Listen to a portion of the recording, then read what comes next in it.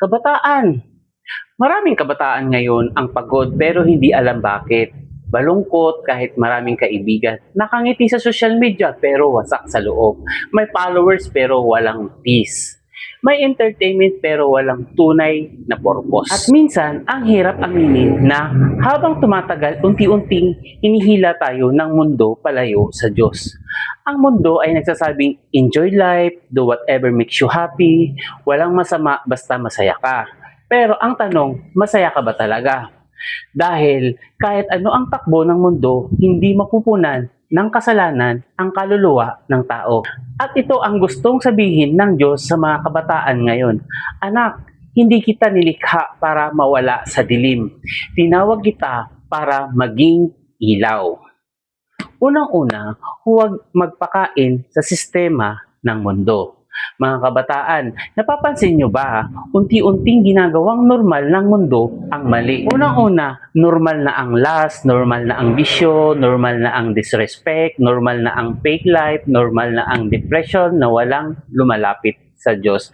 Pero sabi sa Biblia, huwag kang umayon sa takbo ng mundo.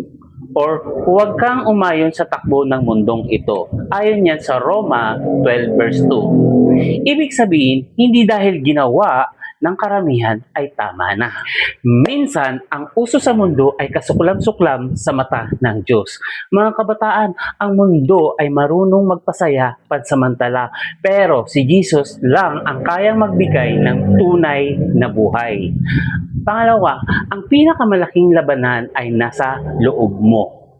Hindi barkada ang pinakamalaking kalaban mo, hindi school, hindi pamilya. Kundi, ang laban sa loob mo ay ang tukso, takot, insecurity, lust, pride, galit, at kasalanan.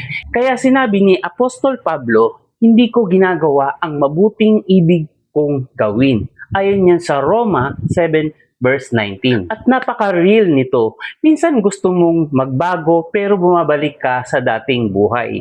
Minsan gusto mong lumapit sa Diyos pero hinihila ka ng mundo. Pero makinig ka. Hindi ka mahina dahil lumalaban ka. Mas delikado ang tao wala nang pakialam sa kasalanan. Pangatlo, hindi galit ang Diyos sa'yo. Mahal ka niya. Ito ang gustong maintindihan ng kabataan. Hindi ka tinawag ng Diyos upang husgan ka lamang. Tinawag ka niya dahil mahal ka niya. Ngunit ipinapadama ng Diyos ang kanyang pag-ibig sa atin nung tayo'y makasalanan pa. Si Kristo ay namatay para sa atin. Ayon yan sa Roma 5 verse 8. Habang sugatan ka, habang nalulung ka, habang nawawala ka, mahal ka pa rin ng Diyos. Hindi mo kailangan maging perfect bago lumapit kay Jesus. Lumapit ka dahil kailangan mo siya. Pang-apat, hindi ka tinawag para manatiling pareho. Mga kabataan, listen carefully. Hindi ka iniligtas ng Diyos para bumalik sa dating buhay. Hindi pwedeng Sunday Christian pero Monday hanggang Saturday alipin ng kasalanan. Sabi sa Biblia, magpatuloy ba tayo sa pagkakasala upang sumagana ang biyaya? Huwag nawang mangyari. Ayon yan sa Roma 6 verse 1 to 2. Ang tunay na encounter kay Jesus ay may pagbabago. Unti-unting lumalalim ang panalangin, nagbabago ang desire, lumalayo sa kasalanan, natutong magmahal, natutong magpatawad. Panglima, may purpose ang buhay mo. Kabataan, hindi aksidente ang existence mo.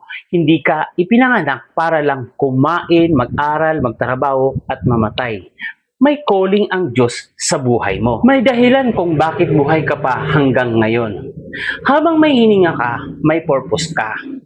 At ang pinakamalaking tragedy ay hindi ang mamatay ng maaga, kundi ang mabuhay ng walang Diyos. Pang-anim, daigin ang dilim sa pamamagitan ng ilaw. Sabi sa Roma, huwag kang padadaig sa masama, kundi daigin mo ang mabuti ang masama. Ayon yan sa Roma 12 verse 21. Kabataan, hindi kailangan gayahin ang mundo para maging accepted.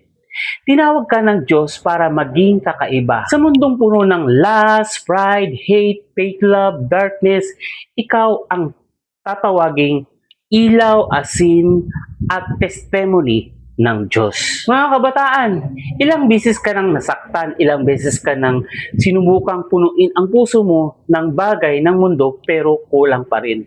Baka kaya walang peace dahil malayo ka sa Diyos, pero ngayong araw, tinatawag ka niya. Hindi aksidente na narinig mo ito. Sinasabi ng Diyos, anak, bumalik ka na. Pagod ka na, ako ang kailangan mo. Hindi religion ang kailangan mo, kundi ang tunay na relasyon kay Jesus. Okay mga kabataan, mga kapatid, manalangin tayo. Panginoon, narito po ang aming puso. Marami kaming pagkakamali, maraming sugat, maraming kahinaan. Ngunit salamat dahil mahal mo pa rin kami. Linisin mo ang aming isip, puso at pamumuhay. Ilayo mo kami sa kasalanan at gamitin mo ang buhay namin para sa iyong kaluwalhatian. Hayaan mong maging ilaw kami sa mundong puno ng dilim. Sa pangalan ni Jesus. Amen.